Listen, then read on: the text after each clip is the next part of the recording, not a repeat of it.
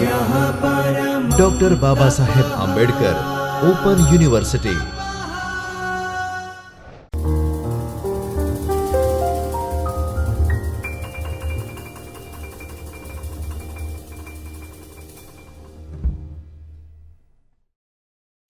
નમસ્કાર વિદ્યાર્થી મિત્રો, આજે આપણે SCSH02 અભ્યાસક્રમ રૂપાંતરણ અને મૂલ્યાંકનમાં યુનિટ 1ની વિશે શીખવાનું શરૂ કરીશું.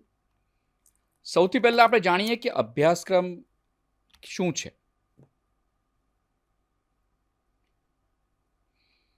તો અભ્યાસક્રમ એક સંપૂર્ણ વિષય વસ્તુ છે જેના અંતર્ગત આપણે વિવિધ વિષયોનું અધ્યયન કરીએ છીએ.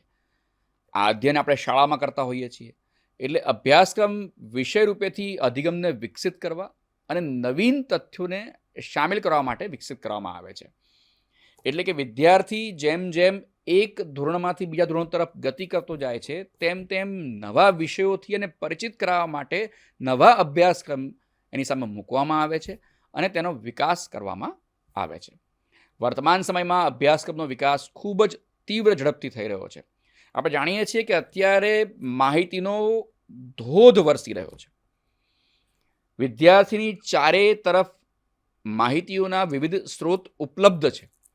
માટે આ માહિતીને એકત્ર કરીને અભ્યાસક્રમમાં ઠાલવવી અને પછી અભ્યાસક્રમ વિદ્યાર્થીની સન્મુખ મૂકવો એ પણ એક પડકાર થઈ ગયો છે. એટલે અભ્યાસક્રમ પણ ખૂબ ઝડપથી વિકાસ પામી રહ્યો છે, જેમાં પાશ્ચાત્ય શિક્ષા અને અનુસંધાનની સાથે જોડાયેલું હોય છે, જેના કારણે આ સંપૂર્ણ વિકાસ વધુ સારી રીતે થઈ શકતો હોય છે. જેના કેટલાક ઉદ્દેશો આપણે અહીંયા જોવાના છે. તો સૌથી પહેલો ઉદ્દેશ છે કે વિદ્યાર્થીઓના માનસિક ભાવાત્મક વિકાસ સાથે વ્યક્તિત્વ વિકાસ કરવો જરૂરી છે. વ્યક્તિનો વિકાસ થાય છે એમ ભાવાત્મક વિકાસ પણ થવો જરૂરી છે, અને જેમ ભાવાત્મક વિકાસ થાય છે એમ વ્યક્તિગત વિકાસ પણ થતો રહેવો જોઈએ. આ બંને વસ્તુઓ એકબીજાને સાપેક્ષ હોવી જોઈએ. વિદ્યાર્થીઓને ટેવો અનુસાર જ્ઞાન તેમજ વિવિધ કૌશલ્યોનો વિકાસ કરવો, વિદ્યાર્થીઓના નૈતિક ગુણોનો વિકાસ કરવો, જેનાથી વય સમાજના એક પ્રભાવિત અંગ બની શકે. આમાં શું થશે કે વિદ્યાર્થીઓનો નૈતિક ગુણ વિકસશે. જેમ જેમ અભ્યાસક્રમમાં વિકાસ થશે તેમ વિદ્યાર્થીના નૈતિક ગુણોનો વિકાસ થવો જોઈએ, કારણ કે આજનો વિદ્યાર્થી આવતીકાલનો નાગરિક છે. માટે એના નૈતિક ગુણો પણ એટલા જ ઉચ્ચ પ્રકારના હોવા જોઈએ, જેનો સમાવેશ આપણે અભ્યાસક્રમમાં કરવાનો છે. વિદ્યાર્થીઓમાં સાચું તથા ખોટાનો ઓળખવાનો વિશિષ્ટ યોગ્યતા પેદા કરવી જોઈએ. આપણે જ્યારે વાર્તા બાળકોને કહીએ છીએ, પંચતંત્રની વિવિધ વાર્તાઓનો સહારો લઈને આપણે તેમને બોધ આપવાનો પ્રયત્ન કરીએ છીએ, ત્યારે આપણે ખરેખર શું કરી રહ્યા હોઈએ છીએ? તો એને સાચા અને ખોટાનો ભાવ શીખવવાનો પ્રયત્ન કરીએ છીએ, જે વધારે વિસ્તારથી આપણે આગળ શીખીશું. વિદ્યાર્થીના વિભિન્ન સ્તરના અનુસાર વિવિધ સર્જનાત્મક કૌશલ્યોનો વિકાસ પણ થતો રહેવો જોઈએ. વિદ્યાર્થી સર્જનાત્મક બનતો હોવો જોઈએ અભ્યાસક્રમના કારણે. એ ફક્ત પુસ્તકીય જ્ઞાન આપવા સુધી સીમિત રહેલો નથી. એના થકી વિદ્યાર્થી સર્જનાત્મક વિચારો વિચારતો થવો જોઈએ. વિદ્યાર્થીમાં વૈજ્ઞાનિક દ્રષ્ટિકોણ આવતો થતો હોવો જોઈએ, અને સાથોસાથ તેના સૌંદર્યાત્મક ગુણોનો વિકાસ પણ થતો હોવો જોઈએ. વિદ્યાર્થીને જ્યારે તે પોતે અભ્યાસ કરે છે ત્યારે સૌંદર્ય ગુણોનો ભાવ થતો હોવો જોઈએ. રવિન્દ્રનાથ ટાગોર પોતે જ્યારે અભ્યાસક્રમની વાત કરે છે ત્યારે એ સૌંદર્યાત્મક ગુણો ઉપર ખૂબ ભાર મૂકે છે. જ્યારે આપણે રવિન્દ્રનાથ ટાગોર વિશે શીખ્યા હતા, તેમના શિક્ષણના વિચારો વિશે શીખ્યા હતા, ત્યારે આપણે જાણીએ છીએ કે સૌંદર્ય ભાવનો એમના અભ્યાસક્રમમાં કેટલું મહત્વ રહેલું છે. તો વિદ્યાર્થીને સામાજિક તથા આર્થિક સંબંધ સ્થાપિત કરવા માટે પણ યોગ્ય બનાવતો હોવો જોઈએ. વિદ્યાર્થી વ્યાવસાયિક કૌશલ્ય શીખતો હોવો જોઈએ. આપણે આગળ વાત કરીએ તેમ આર્થિક સંબંધો ત્યારે જ વિકસિત થાય જ્યારે વ્યાવસાયિક કૌશલ્યો વિદ્યાર્થીમાં વિકાસ પામતા હોય. જેનાથી શું થશે તો વિદ્યાર્થીને વ્યવસાય પ્રત્યે સભાનતા આવવાથી તે આત્મનિર્ભર બનવાનું શરૂ થશે. વિદ્યાર્થીઓમાં આંતરરાષ્ટ્રીય ભાઈચારાના ગુણોનો વિકાસ પણ થતો હોવો જોઈએ. આજે આપણે જોઈએ છીએ કે કોઈ એક ખૂણામાં ભલે કોઈ ગામડાના એક ખૂણામાં રહેલો વિદ્યાર્થી હોય, વ્યક્તિ હોય, મનુષ્ય હોય, પરંતુ તે પોતાના નાનકડા એવા ખૂણામાં બેસીને પણ વિશ્વના કોઈ પણ ખૂણાના વ્યક્તિ સાથે વાત કરી શકે છે, સંબંધ બાંધી શકે છે, ભાઈચારો કેળવી શકે છે, કમ્યુનિકેટ કરી શકે છે. આથી મનુષ્ય વિશ્વ મનુષ્ય બની ગયો છે. અને માટે જ્યારે વ્યક્તિ વિશ્વ મનુષ્ય બન્યો છે ત્યારે તેનામાં ભાઈચારાના ગુણોનો વિકાસ થવો ખૂબ જરૂરી છે, જે માત્ર અભ્યાસક્રમના કારણે થઈ શકે. હવે આપણે અભ્યાસક્રમનો અર્થ શીખીએ. આ બધી વસ્તુઓ, આપણા ઉદ્દેશો જે આપણે જોયા તે આપણે પ્રાપ્ત કરવા એ અભ્યાસક્રમ થકી થઈ શકે છે. તો આપણે પહેલાં સમજીએ કે અભ્યાસક્રમ શું છે. અભ્યાસક્રમને અંગ્રેજીમાં આપણે કરિક્યુલમ કહીએ છીએ, જે લેટિન શબ્દ ક્યુરર ઉપરથી આવેલો છે, જેનો અર્થ દોડ લગાવવી એવો થતો હોય છે. પણ એ દોડ ગમે તેમ લગાડવાની તો કે નહીં.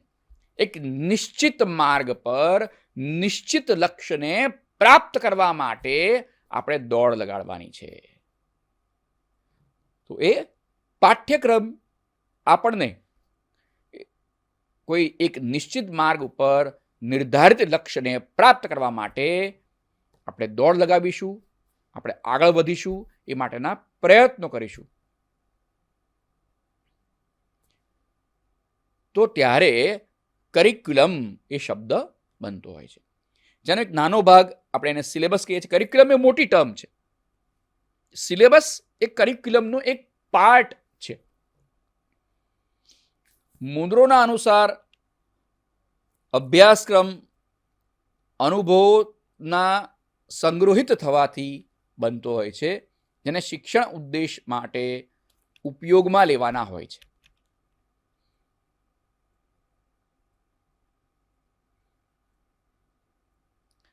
કનિંગહેમ અનુસાર અભ્યાસક્રમ એ કલાકારના હાથમાં એક એવું ઓજાર છે,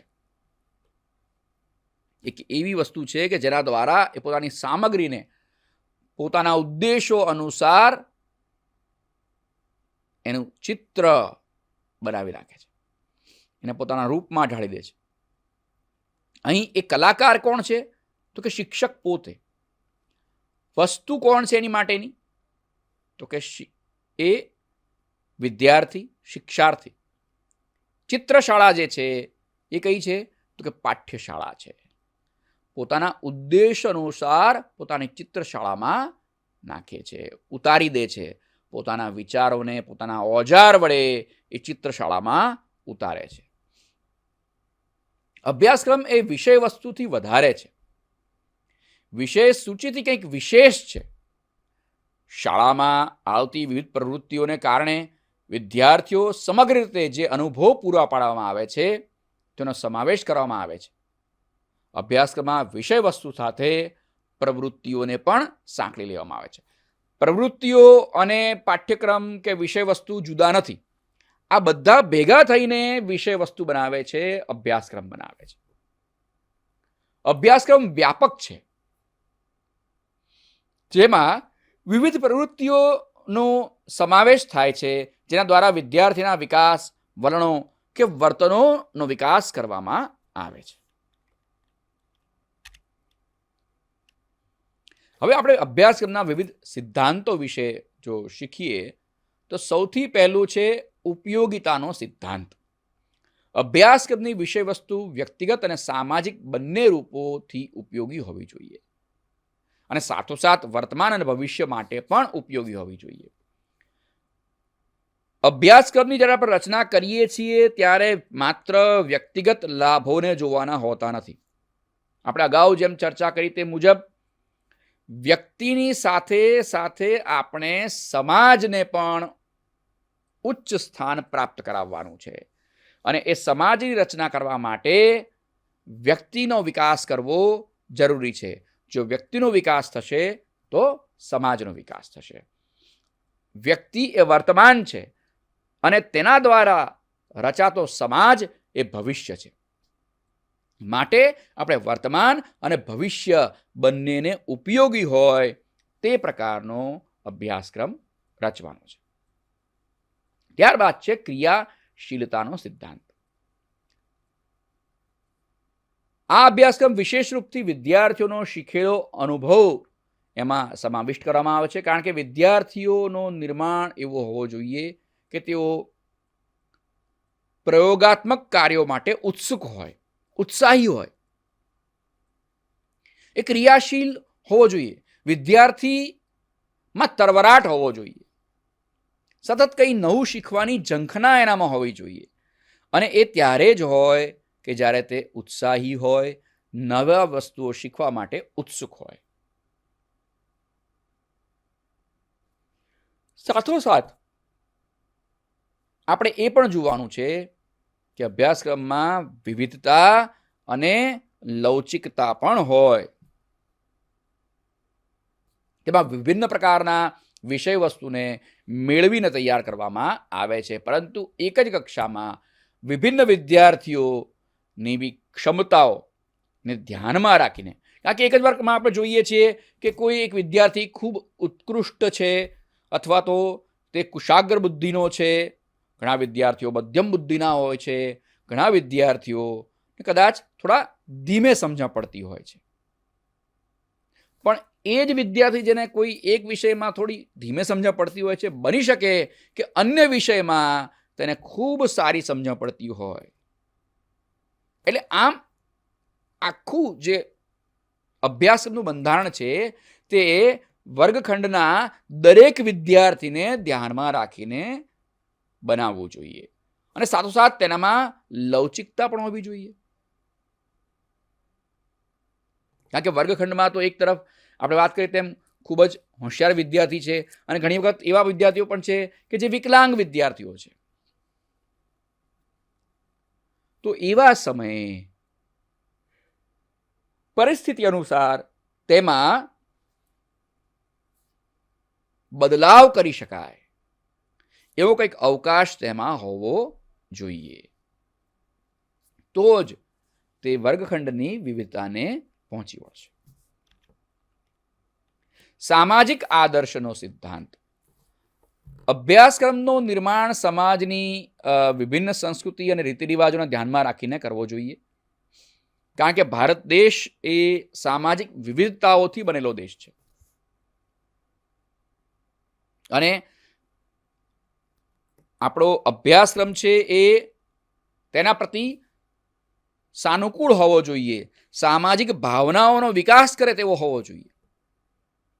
બાળકના અભ્યાસક્રમમાં એવા પ્રકરણો રાખવા જોઈએ કે જેના થકી વિદ્યાર્થીમાં સામાજિક સમસ્યાઓ હલ કઈ રીતે કરવી તેની પણ સમજણ આવે. ત્યારબાદ પ્રજાતાંત્રિક મૂલ્યોનો સમાવેશ કરવાનો સિદ્ધાંત પણ તેમાં સમાવિષ્ટ હોવો જોઈએ. બાળકોના અંદર સામાજિક ભાવના, સમૂહ કાર્ય, એકબીજાનું સન્માન કરવું, સહયોગ કરવો અને ઉત્તમ વિચારોનું સ્વાગત કરવું તે પણ ખૂબ જરૂરી છે. એક વર્ગખંડ એક સમાજ જેવો છે, એક નાના સમાજનું પ્રતિબિંબ છે, જેમાં સમાજના દરેક તમગાના, દરેક સ્તરના બાળકો આવ્યા હોય છે. અલગ અલગ ધર્મના બાળકો આવેલા હોય છે, અલગ અલગ બુદ્ધિક ક્ષમતાના વિદ્યાર્થીઓ આવેલા હોય છે. તો આ બધા એકબીજાના વિચારોનું સન્માન કરતા હોવા જોઈએ, એકબીજાના ઉત્કૃષ્ટ વિચારોને સાંભળે, સમજે અને સ્વીકારે તેવા હોવા જોઈએ. તો જ પ્રજાતાંત્રિક મૂલ્યોનો તેમાં સમાવેશ થશે, આવકાર્ય બનશે. કારણ કે ભારત એ પ્રજાતાંત્રિક દેશ છે, એટલે એનો અભ્યાસક્રમ પણ તે જ પ્રકારનો હોવો જોઈએ. સ્થાનિક પરિસ્થિતિઓને સમાવેશ કરતો હોય તે પ્રકારનો હોવો જોઈએ. તો અભ્યાસક્રમ નિર્માણ કરતી વખતે સ્થાનિક પરિસ્થિતિઓને પણ મહત્વપૂર્ણ બિંદુઓ જેવા કે ભૌગોલિક, રાજનીતિક તથા આર્થિક મુદ્દાઓનું વિશેષ ધ્યાન રાખવું જોઈએ. આપણે એવા પ્રદેશમાં શિક્ષણ આપી રહ્યા હોઈએ કે જે ગ્રામ્ય વિસ્તારમાં આવેલું છે, તો તેને ગ્રામ્ય પરંપરાઓ, ત્યાંના ભૌગોલિક પરંપરાઓ, ભૌગોલિક વાતાવરણથી પરિચિત કરાવતો અભ્યાસક્રમ હોવો જોઈએ. નહીં કે તેને અમેરિકાના રાજ્યો વિશે, અમેરિકાના ગામડાઓ વિશે ભણાવતો હોવો જોઈએ. ત્યાર પછી બહુ અગત્યનો મુદ્દો આવે છે, સિદ્ધાંત આવે છે, તે છે ફુરસદના સમયનો સિદ્ધાંત. આપણે જાણીએ છીએ તેમ શિક્ષણની સાથે સાથે, એટલે કે માનસિક વિકાસની સાથે સાથે શારીરિક વિકાસ થવો પણ એટલો જ જરૂરી છે. ફરી પાછા આપણે પ્લેટોની શિક્ષણની વ્યાખ્યા ઉપર જો જઈએ તો તમને યાદ હશે શું હતી તેની વ્યાખ્યા? બિલકુલ સાચું. પ્લેટો કહે છે કે સ્વસ્થ શરીરમાં સ્વસ્થ મનનો વાસ રહેલો છે. બહુ સાચું તમે કીધું. તો શરીર જો સ્વસ્થ હશે તો મન સ્વસ્થ હશે, અને મન સ્વસ્થ હશે તો દરેક વિચારો આપણને સમજણમાં સારી રીતે આવતા જશે, શિક્ષણ સારી રીતે મેળવાતું જશે. તો મનોવૈજ્ઞાનિક વિકાસ માટે પણ વિવિધ પ્રકારની ક્રિયાઓ ખૂબ જ ઉપયોગી સિદ્ધ થતી હોય છે. માટે ફુરસદના સમયનો ઉપયોગ થવો જોઈએ, મનોરંજન મેળવવું જોઈએ, ક્રિયાકલાપ સંબંધી તથ્યોનો સમાવેશ શિક્ષણમાં થતો રહેવો જોઈએ. દૂરદર્શિતાનો સિદ્ધાંત, આપણે હમણાં જ વાત કરી તેમ અભ્યાસક્રમ ભવિષ્યનો પણ વિચાર કરે છે. એટલે બાળકને ભવિષ્યમાં શું ઉપયોગી થવાનું છે તે બાબતો આપણા અભ્યાસક્રમમાં હોવી જોઈએ. એટલો એ દૂરગામી હોવો જોઈએ, દૂરદર્શી હોવો જોઈએ. ત્યારબાદ છે મનોવૈજ્ઞાનિક અને તાર્કિકતાનો સિદ્ધાંત. અભ્યાસક્રમ નિર્માણમાં બાળકના મનોસામાજિક વિકાસ અને તર્ક વિતર્ક કરવાના સંબંધમાં મુદ્દાઓનો વિકસિત કરવા માટે વિશેષ રૂપમાં વૈજ્ઞાનિક પદ્ધતિઓનો ઉપયોગ કરવો જોઈએ. હવે આપણે ચર્ચા કરીએ અભ્યાસક્રમના વિકાસનું ઉપાગમ, એટલે કે કરિક્યુલમના એપ્રોચીસ. તો સૌથી પહેલો ઉપાગમ છે વિષય કેન્દ્રિત ઉપાગમ. અભ્યાસક્રમની જ્યારે રચના કરવામાં આવે છે ત્યારે ઘણી વખત તે માત્ર વિષય કેન્દ્રી હોય છે. એટલે જ્યારે અભ્યાસક્રમ વિષય કેન્દ્રી હોય ત્યારે વિદ્યાર્થી તેના કેન્દ્રમાં હોતો નથી. આથી માત્ર વિષયને જ ધ્યાનમાં રાખીને અને વિષયના જ આયામોને વિચારીને આખા સમગ્ર અભ્યાસક્રમની રચના કરવામાં આવે છે, જેને ઘણી વખત આપણે પુસ્તકીયું જ્ઞાન એમ પણ કહેતા હોઈએ છીએ. ઘણી વખત આ પ્રકારના અભ્યાસક્રમથી આપણે થિયોરેટિકલ નોલેજ વધારે આપી શકતા હોઈએ છીએ, કારણ કે એમાં માત્ર આપણે પુસ્તકને જ આપણે વધારે પ્રમાણિત અને પ્રમાણિક રહ્યા હોઈએ છીએ. તો પ્રમાણિત અને પ્રમાણિક રહ્યા હોવાથી એને આપણે વિષય કેન્દ્રી ઉપાગમ કહેતા હોઈએ છીએ. ત્યારબાદ છે બાળક કેન્દ્રી ઉપાગમ અથવા તો વિદ્યાર્થી કેન્દ્રી ઉપાગમ. અત્યારે આ ઉપાગમનો સૌથી વધારે ઉપયોગ કરવામાં આવી રહ્યો છે. સાંપ્રત સમયમાં વિદ્યાર્થી કેન્દ્રમાં છે અને સમગ્ર પ્રક્રિયા તેની આસપાસ ફરતી હોય છે.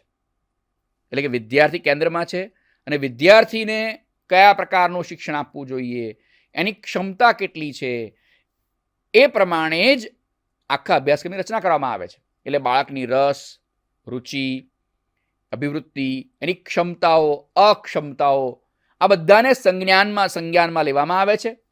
બાળકના બહુમુખી વિકાસ માટે પ્રમુખ શિક્ષણવિદો જેમ કે જે હોય છે તે પોતાની રીતે અલગ અલગ પદ્ધતિઓથી, જેવી કે મોન્ટેસરી પદ્ધતિ, કિન્ડરગાર્ટન પદ્ધતિ, લર્નિંગ બાય ડુઈંગની પદ્ધતિ. તો આ બધી પદ્ધતિઓ દ્વારા બાળકને શિક્ષા આપવામાં આવે છે અને એના દ્વારા જ વિદ્યાર્થી વધુ સારી રીતે શીખી શકે છે, કારણ કે તે વિદ્યાર્થી કેન્દ્રી હોય છે. પરિવેશ અથવા વાતાવરણ કેન્દ્રિત ઉપાગમ. આ ઉપાગમ અંતર્ગત બાળકના વાતાવરણને ધ્યાનમાં રાખવામાં આવે છે. આ ઉપાગમનું નિર્માણ કરતી વખતે વિશેષ રૂપમાં ભૌગોલિક પરિસ્થિતિઓનું ધ્યાન રાખવામાં આવે છે. આ ઉપાગમ મનોવૈજ્ઞાનિક, સ્વૈચ્છિક તથા સામાજિક દ્રષ્ટિકોણથી મહત્વપૂર્ણ હોય છે. કોઈ એક વ્યક્તિની વિચારસરણી, એનો સ્વભાવ, આ બધું જ ત્યારે બને જ્યારે એની આસપાસનું વાતાવરણ તેને પોષક હોય. જે પ્રકારનું વાતાવરણ હશે તે પ્રકારનો વિદ્યાર્થી બનશે. એટલે અહીં આગળ એ ભૌગોલિક પરિસ્થિતિઓને પણ ધ્યાનમાં રાખીને અભ્યાસક્રમની રચના કરવામાં આવતી હોય છે. ત્યાર પછી છે ક્રિયા કેન્દ્રિત ઉપાગમ. આ ઉપાગમનો પ્રયોગ વિશેષ રૂપમાં બાળકમાં વ્યવહારિક જ્ઞાન પ્રદાન કરવા માટે રાખવામાં આવે છે, જેમાં બાળક ક્રિયાઓ, મનોવૈજ્ઞાનિક ગુણો, નિર્દેશ અનુસાર સહનશીલતા વગેરે નો ઉપયોગ કરીને શીખતો જાય છે, જ્ઞાન પ્રાપ્ત કરતો જાય છે. એટલે વિદ્યાર્થીને કોઈ એક ક્રિયા આપવામાં આવે છે, કોઈ એક એક્ટિવિટી આપવામાં આવે છે અને એ એક્ટિવિટી દ્વારા વિદ્યાર્થી શિક્ષણ પ્રાપ્ત કરે છે. આ બહુ જ મનોવૈજ્ઞાનિક પદ્ધતિ છે, કારણ કે જ્યારે કોઈ પણ બાળક કે કોઈ પણ વ્યક્તિ કોઈ એક પ્રક્રિયા જાતે કરે છે, કોઈ એક ક્રિયા જાતે કરે છે અને એના દ્વારા જે તે નિષ્કર્ષ ઉપર પહોંચે છે, તે એના લાંબા ગાળાની મેમરીમાં જાય છે અને એ જ્ઞાન ચિરસ્થાયી બને છે, તેવું આપણને સંશોધનો કહે છે. કોર કેન્દ્રિત ઉપાગમ અથવા તો મર્મ કેન્દ્રી ઉપાગમ. તેના અંતર્ગત મુખ્ય રૂપથી કોઈ એક એવા પ્રકરણને રાખવામાં આવે છે જેનું અધ્યયન વિદ્યાર્થી માટે અનુકૂળ હોય છે. મર્મ અભ્યાસક્રમનો ઉદ્દેશ વિદ્યાર્થીઓમાં વૈયક્તિક કે સામાજિક વિકાસ કરવાનો હોય છે. આ ઉપાગમને તેના અંતર્ગત બાળકને એવું અધ્યયન કરવામાં આવે છે જેના અનુભવથી તે પોતાના સામાજિક સમસ્યાઓને દૂર કરી શકે. સમાજમાં જે સમસ્યાઓ હોય એ સામાજિક વિકાસ કરવાની આ એક આખી પ્રક્રિયા છે, જે વિદ્યાર્થી થકી કરવામાં આવે છે અને અભ્યાસક્રમ એવો બનાવવામાં આવે જેથી વિદ્યાર્થી ભવિષ્યમાં તેની સામે આવનારી સામાજિક મુશ્કેલીઓને દૂર કરવા માટે સક્ષમ બને. અંતઃક્રિયાત્મક કેન્દ્રિત ઉપાગમ. અંતઃક્રિયાત્મક ઉપાગમ અંતર્ગત તૈયાર કરેલ અભ્યાસક્રમમાં કોઈ એક વિષયનું જ્ઞાન અન્ય વિષયમાં પણ ઉપયોગી થાય છે તેવું માનવામાં આવે છે. એટલે કે જ્ઞાન જે હોય છે એ આપણી બાજુ બધી દિશાઓમાંથી આવે છે, આપણે એમ કહીએ છીએ. પણ જ્યારે જ્ઞાન આવે છે ત્યારે આપણને વિષય મુજબ નથી આવતું કે ભાઈ અત્યારે મને માત્ર ગણિતનું જ્ઞાન આવી રહ્યું છે, અત્યારે માત્ર મને ઇતિહાસનું જ્ઞાન આવી રહ્યું છે, અત્યારે માત્ર મને ભાષાનું જ્ઞાન મળી રહ્યું છે. તમે એવું કહી ન શકો. જ્ઞાન એની રીતે આવે છે.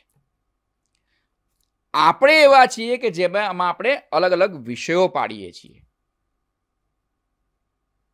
જેમ કે કોઈ આપણને એમ એક પ્રશ્ન આવે કે શિવાજી ક્યારેય મુગલો સામે હાર્યા નહીં અને હંમેશા તે જીતતા રહ્યા. તો આ ઇતિહાસ આપણે શીખ્યા. પણ જો આપણે એના કારણોમાં જઈએ તો આપણે ભૂગોળ પણ શીખવું પડશે. કેમ? તો કે ભાઈ એ એવા વિસ્તારોમાં રહેતા હતા જ્યાં પર્વતીય પ્રદેશ હતો.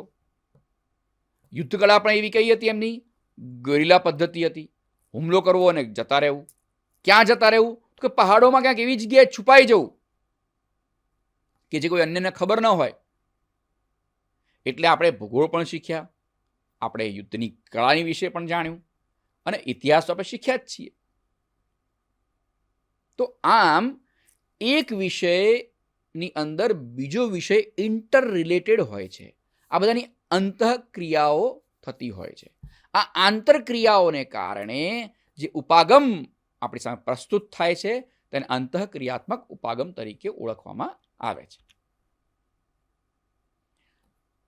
હવે આપણને અભ્યાસક્રમ નિર્માણના કેટલાક સુઝાવો, ઉપાયોની આપણે ચર્ચા કરીશું. તો જ્યારે અભ્યાસક્રમનું આપણે નિર્માણ કરી રહ્યા હોઈએ, અભ્યાસક્રમની રચના કરી રહ્યા હોઈએ, ત્યારે આપણે કઈ બાબતોનું ધ્યાન રાખવું જોઈએ એ વિશે અહીંયા કેટલાક સુઝાવ આપણને આપવામાં આવ્યા છે. તો અભ્યાસક્રમ વિવિધ આયુવર્ગ તથા દૈનિક જીવનથી સંબંધિત તથા સામાજિક આવશ્યકતાઓથી જોડાયેલો હોવો જોઈએ. આપણે અગાઉ જેમ ચર્ચા કરી કે ભાઈ કોઈ ગ્રામ્ય વિસ્તારનો વ્યક્તિ છે તો એને ખેતી કેમ કરાય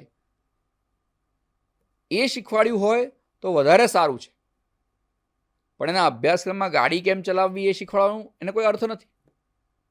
તમે એને એની ભૂગોળથી પરિચિત કરાવો તે અગત્યનું છે. તમે એને રશિયા અને અમેરિકામાં યુદ્ધો કઈ રીતે થયા એની વિશે જાણકારી આપો એનાથી કોઈ મતલબ નથી. તો રોજિંદા જીવનમાં ઉપયોગી હોવું જોઈએ, એની સામાજિક આવશ્યકતા હોવી જોઈએ. વિષય અને સામગ્રીને અંતિમ ન માનનારા શિક્ષણમાં ચિંતન વધારવું જોઈએ. હું જે શીખ્યો છું એટલું જ પૂરતું છે, એની બહાર કંઈ છે જ નહીં. મારે કૂપમંડુક થઈને રહેવાનું નથી. જેમ પેલો કૂપમંડુક કૂવામાંનો દેડકો એમ વિચારે કે આ જ દુનિયા છે, આની બહાર તો કંઈ અસ્તિત્વ ધરાવતું જ નથી. એવી જ રીતે જો વિદ્યાર્થી પણ એમ માનવા માંડે કે હું જે શીખ્યો છું એ પૂરતું છે, અથવા તો આટલું જ જ્ઞાન જીવનમાં કે સમાજમાં, દુનિયામાં ઉપલબ્ધ છે, આની સિવાય અન્ય કોઈ જ્ઞાન નથી, એવું જો તો માનવા માંડે તો એ અભ્યાસક્રમ કામનો નથી. એ સતત એમ માનતો હોવો જોઈએ કે હું આજીવન વિદ્યાર્થી છું અને હું આજીવન શિક્ષણ પ્રાપ્ત કરતો રહીશ. આ ભાવના એનામાં કેળવાતી હોવી જોઈએ. જે વિષય વસ્તુ બાળકોને અધ્યયન માટે, રુચિગત જ્ઞાનવર્ધક માટે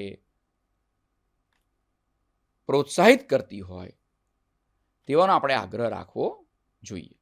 જ્ઞાન, કૌશલ્યમાં અભિવૃત્તિઓના વિકાસ માટે પ્રત્યક્ષ અનુભવ પ્રદાન કરવામાં આવે.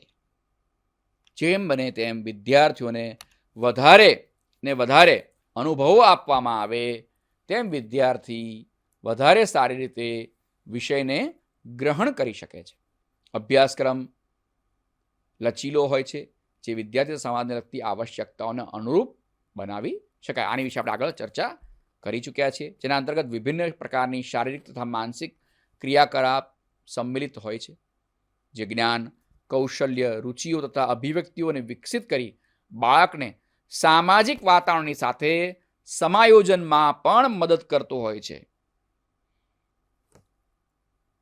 આજે જ્યારે આપણે સમાવેશી શિક્ષા તરફ આગળ વધી રહ્યા છીએ ત્યારે આપણો અભ્યાસક્રમ જો લવચિક નહીં હોય, જો એ પ્રકારનો નહીં હોય કે જ્યાં દરેક પ્રકારના વિદ્યાર્થીઓ જ્ઞાન પ્રાપ્ત કરી શકે, સમાયોજિત થઈ શકે અભ્યાસક્રમમાં, તો એ અભ્યાસક્રમનો કોઈ જ અર્થ નથી.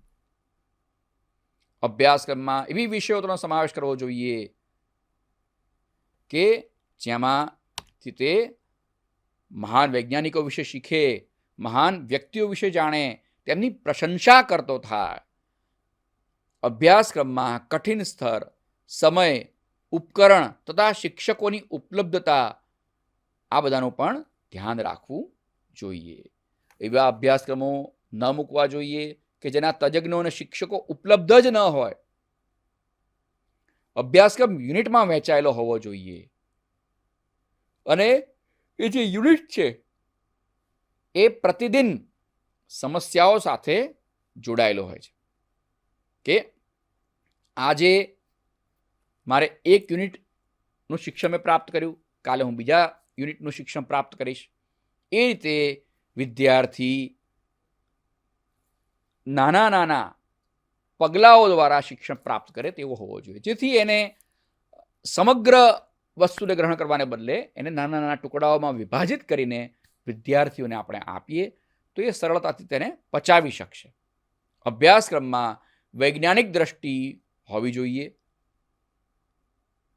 અને મહત્વની વસ્તુ એ છે કે જો દ્રષ્ટિકોણ તમારો વૈજ્ઞાનિક હશે તો તમે તેના મહત્વને રજૂ કરી શકશો અને વિદ્યાર્થી સુધી પહોંચાડી શકશો.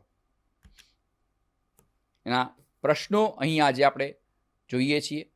જે યુનિટ્સની આપણે ચર્ચા કરી એ યુનિટ્સના પ્રશ્નો તમે જોયા. તો જેમ કે એના ઉદ્દેશો તમારે જણાવવાના છે, સાથે સાથે અભ્યાસક્રમની વ્યાખ્યાને તમારે સમજાવવાની છે અને સ્પષ્ટ કરવાની છે. અહીંયા આપેલી વ્યાખ્યાઓ સિવાય અન્ય વ્યાખ્યાઓ તમે તમારી જાતે શોધી શકો છો અને તેનો જવાબ પણ તમે અહીંયા આગળ લખી શકો છો. એના નિર્માણના સિદ્ધાંતોને પણ તમે સવિસ્તાર ચર્ચા કરી શકો છો. એ સિવાય તમારા વધારે વાંચન માટે અહીંયા કેટલાક સંદર્ભ મૂકેલા છે, તમે એનો પણ અભ્યાસ કરી શકો છો અને ત્યાં જઈને વધારે શિક્ષણ પ્રાપ્ત કરી શકો છો. તો વિદ્યાર્થીઓ, તમે જોયું કે અભ્યાસક્રમ એ લવચિક હોવો જોઈએ, સમાવેશક હોવો જોઈએ, સાંપ્રત સમય અને ભવિષ્યનો વિચાર કરતો હોવો જોઈએ. આપણે મિત્રો ધ્યાનમાં રાખવાનું છે કે આજે આપણા વર્ગખંડમાં દિવ્યાંગ બાળક પણ છે અને જ્યારે આપણે વિશિષ્ટ શિક્ષણમાં ખાસ કરીને આવ્યા છીએ ત્યારે તો આપણે ખાસ વિચારવાનું છે કે જ્યારે મારા વર્ગખંડમાં એક વિશિષ્ટ બાળક પણ છે, એક દિવ્યાંગ બાળક પણ છે, તો મારો જો અભ્યાસક્રમ એને અનુકૂલિત નહીં હોય તો મારા અભ્યાસક્રમનો કોઈ જ અર્થ રહેતો નથી. અભ્યાસક્રમ એવો હોવો જોઈએ કે જે સૌને સાથે લઈને ચાલે, સૌનો સાથે વિકાસ કરે. એવો અભ્યાસક્રમ જો રચાય તો જ એ સાચો અભ્યાસક્રમ છે. વિદ્યાર્થી મિત્રો, આગળની કડીમાં ફરી પાછા આપણે ભેગા થઈશું. ત્યાં સુધી ધન્યવાદ. નમસ્કાર. स्वाध्यायः